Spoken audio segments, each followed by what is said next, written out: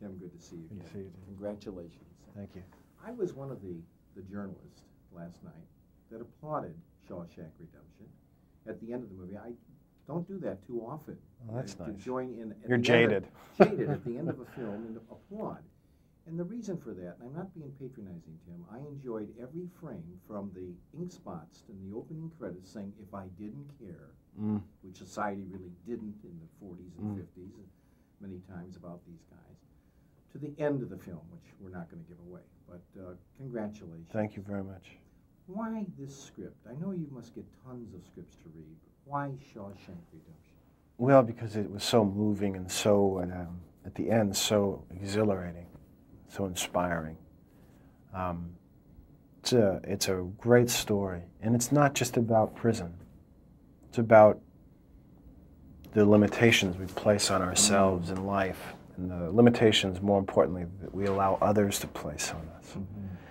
And if we listen to them, and we believe what these people are saying to us, that we're really building walls around ourselves. We're really building our own prison.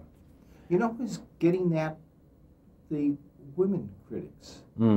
They're catching on to that, you know, there's a metaphor in life here that, as you just said, it's more than just about guys locked up in a prison. Absolutely.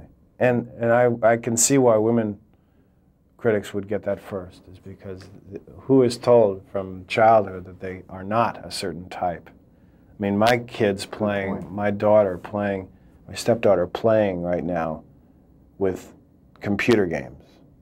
Why aren't there any male heroes in these computer games? She's totally onto it at age 9 that there is a definite prejudice in the thinking, and so she's being, at least she's aware of it, you know. Yeah. And I guess, you know, what the film is saying in a larger way is that in order to keep alive and keep living in a strong and thorough way, that oftentimes you have to look beyond the walls around you. You have to not believe in the prison and believe in that light and that hope and that person that you think you can be and the person that you believe that you are, and not listen to what your boss is saying, what your spouse is saying, what your leaders are saying. And that's what your character Andy does so well in the film.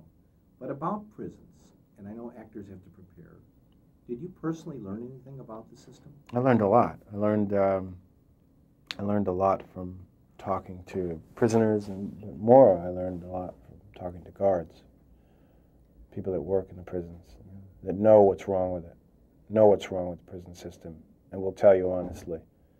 And will tell you that, you know, the politicians, when they come in and say that we need to be tougher on crime, we need to build more prisons, are just blowing a lot of hot air. And what's really wrong is they're putting the wrong people in prison. Victimless crimes, possession of minor drugs, you shouldn't be sending these kids to prison. Because if you're rich and you have a lawyer, you don't go there. That's right. But if you're poor and unlucky and stupid for a couple weeks in your life, you wind up in prison for 2 years, and all you learn is how to be a better criminal. You go out and you start doing those victim crimes. They teach you how to do those crimes in prison. As your character said, I was an honest banker before I went into prison. Now I've learned how to be crooked in prison. Right, it's the best school for criminals. Another major issue that really I felt strongly about was the institutionalization. And Morgan says, I'm glad you said that. Yeah, you lock guys up so long, or women so long, and they become institutionalized. Yeah, you lose hope. You lose any belief that you could be what you thought you could be. And what Andy Dufresne is able to do over the course of 30 years is still believe, despite the fact that he's in a situation that seems hopeless. He's able, through his memory of music and through his talent and through his reading books and through his vision of where he wants to go, is able to remain free in the most desperate of situations. In 15 seconds, Morgan's character, Red, written as an Irishman by Stephen King, but boy, what a job he does. Huh?